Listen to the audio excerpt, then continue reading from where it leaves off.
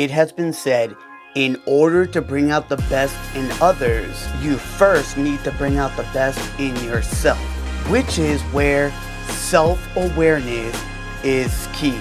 Oye, mi gente, this is the emotional intelligence número 2, as promised, here at Fuel Pasión. Let's go.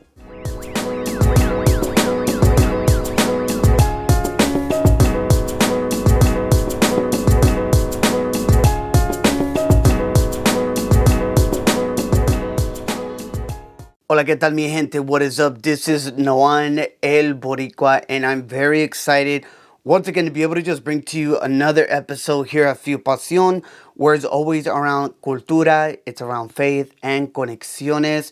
Ladies and gentlemen, this is Fuel Pasión Friday.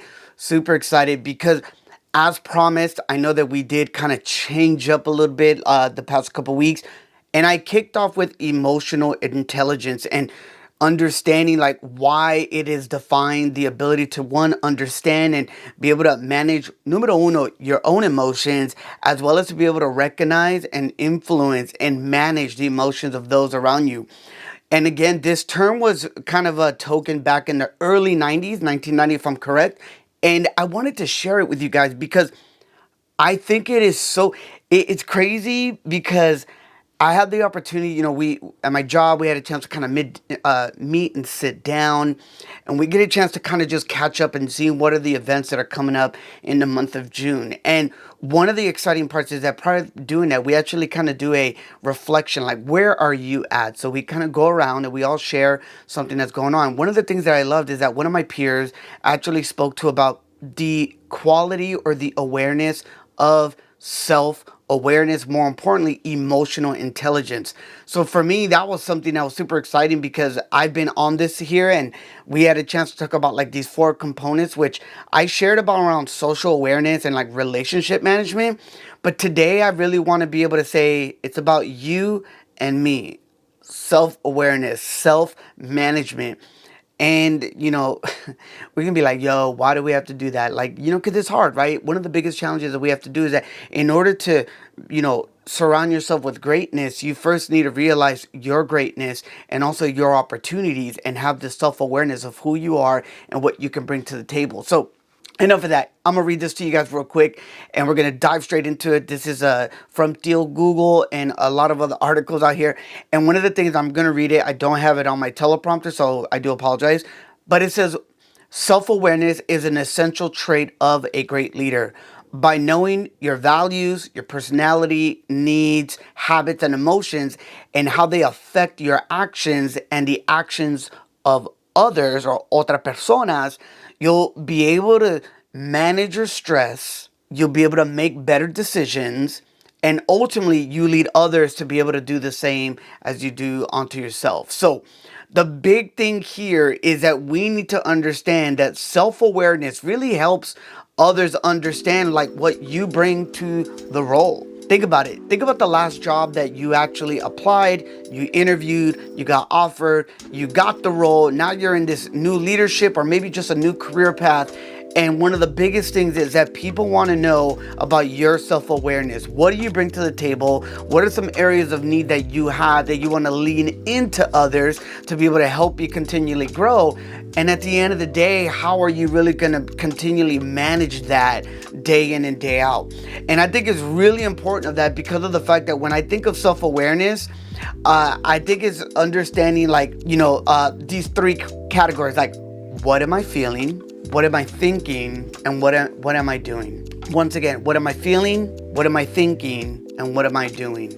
And I think a lot of times this kind of like these categories really allow us to understand like what and how am I feeling in the moment. I'll give you an example. I had this opportunity where I was actually at an event. I had a chance to be able to give back to a school. I sat down on a hiring panel and I'm honored.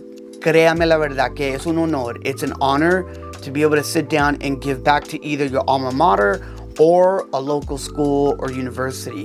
What's a little bit funny about me is that I actually do get really nervous when I see the lineup. and I see these prestigious awards and just academia after academia, and I'm just like, yo, man, that's crazy. I don't have a doctorate degree. I don't have this, or I haven't worked for like 15 of the most amazing companies in the world. And all of a sudden, this self-awareness and almost this doubt is that I feel doubt, I feel insecure, and what am I thinking? I'm thinking that I'm gonna stumble over my words. I'm thinking that nobody really is gonna listen to me because I only work at one brand, and nobody, and I'm thinking like, are my words effective? Are my words impactful? And then what am I doing? I'm like really listening to the other panelists, or I'm trying to maybe like, as we like to say, hey, I want to piggyback off you, and not really just be genuinely me, to be authentically me, to understand that I can be relational to the audience. But see, that's the beauty of self-awareness. Understanding my feeling, understanding my thinking, and what am I doing? And it was tough. And what's crazy is that at the end of the panel and at the end of the event, so many of the students were impacted by everyone on the panel, including myself.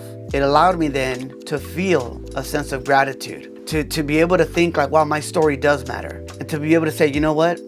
I'm gonna keep doing this every single time, especially when I get the chance to do it. Can you relate? Have you ever felt like this self-awareness of who you are on a team, in a sport moment, in community, maybe in a relationship, in the workplace? Like, I think it's so important that we understand this component of self-awareness, because it really is kind of like, you know how the drums, well, this is my opinion, but I think a lot of people would agree, the rhythm section is the most important section in any genre of music. The drummer and the bass player are the foundation of a band. And self-awareness is similar. It's the core to everything. It describes our abilities to be able to understand our strengths, our opportunities, but you also be able to recognize like your emotions and the effect they have on you and your team. Imagine if I was in a team setting on a panel. Imagine if I told my team, yo, this is what I'm thinking, this is how I'm feeling, I don't think we can do this. What do you think that's going to do? That's going to cause the same thing now for my teammates. And I think for us, if we're going to try to bring the best in others, we first, again, like I said earlier, you got to bring the best in yourself, or bring out the best in yourself. And I hope like one of the easiest ways is there's so many tools out there that you could do these like evaluations of performance. You match it up against other options and opportunities. And my hope is that through that process that you can be able to gain all the insights into your own behavior and discover how you're perceived in an organization. Let me tell you, I'm gonna be super transparent. I still have minor doubts of what people perceive me when they hear me talk, or they think I'm too passionate, or they think I'm, full of it. I don't know. I'm okay with that because I know who I am. I have the self-awareness to understand of what I can bring to the table. And like I've said before, is being genuinely myself, authentically me, and always being relational to the moment and the process in front of me. The other side of this, and when we think about the final category of emotional intelligence, is really self-management. Now, I'm going to read this, and my eyes are going to go down again. It says self-management refers to the ability to manage your emotions, particularly in stressful situations. And here's the big part: be able to maintain a positive outlook in spite of setbacks, or just saying we ain't gonna do this. Leaders who lack self-management tend to react a harder time in keeping kind of like their impulses in check. Now, here's the thing. And look, I don't want to stereotype, but a lot of us, Boricuas, Puerto Ricans, shout out to all my Puerto Rican nation out there, both on the mainland and in the island, all around the world, a reaction tends to be automáticamente, right? Automatic. Like someone calls you out and there's a reaction. The more in tune you are with your emotional intelligence, however, the easier you can make the transition from a reaction to a response.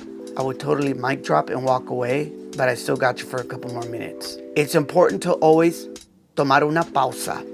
Pause. Breathe. Collect yourself. And do whatever it takes to manage your emotions. Whether that means taking a walk, calling a friend, so that you can more appropriately, intentionally respond to the stress of adversity. I'm gonna be super transparent. I'm grateful for my boss, because there was a moment years ago that I walked into a situation and I almost reacted because something was not right. But instead, I took a breath, I walked outside, and I called my boss, my leader. And I'm grateful for her because she walked me through and had me think and process, which then allowed me to what? Be self-aware, have the self-management and the emotional intelligence to be able to read the room and to come back in and now not react to others, but give the proper response to others. That's what it's all about. See, look, emotional intelligence is such a big thing today. And I think this could be an ongoing conversation. Let me know in the comments if you guys feel this is something we can continue to like deep dive. I actually know some people that are in this field of emotional intelligence. Maybe I can invite them on here. Maybe we could do like next to me. I've never had a guest live here yet, or at least pre-recorded. It's live to me in the moment of this recording. But I hope we understand that the beauty of this is that this is what it's all about. That we excel in our jobs, but you can never effectively as leaders, as professionals, communicate with your team or collaborate with others, until we understand mastering emotional intelligence. And the only way we continually get to the higher levels of our, education and career path is by mastering and continually learning emotional intelligence. Oye, mi gente, I want to say muchas gracias. Kind of just wanted to, share that really quick. This month is a special month.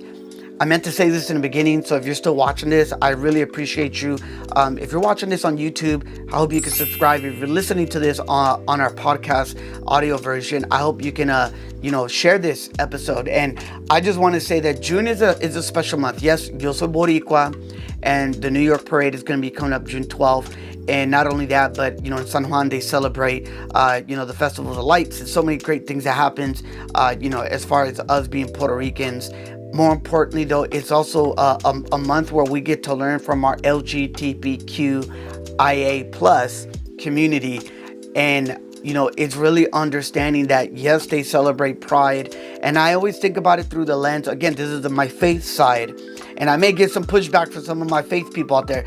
But I know this. I know Jesus loves and will do life with our community of the LGBTQIA plus community. Even though there are differences, the core of that is learning to love our people. And I believe that all people should have the right to be able to play sport, to be able to be a part of a team. And that's something that this month is always a continuing of learning. And I also continue to learn that we know historically June 19th or Juneteenth is when we ended slavery. And we finally honor this as a holiday. And for me and my family, many of those that identify as African Americans, our Black brothers and sisters, is our opportunity. Those that are allies, let's continue to educate ourselves. Let's continue to look in history and teach our children the beauty of what Juneteenth is all about.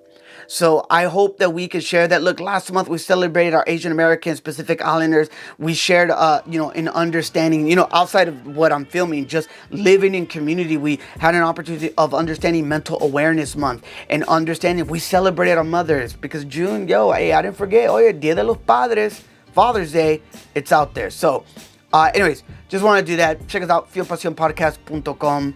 And I'm super excited for this month of I'm excited for every day, to be honest. Every day that God gives me a day to live is a day to be able to showcase who I am and how God created me to be able to serve each and every one of you in any capacity. And I hope that you as well can do that for myself.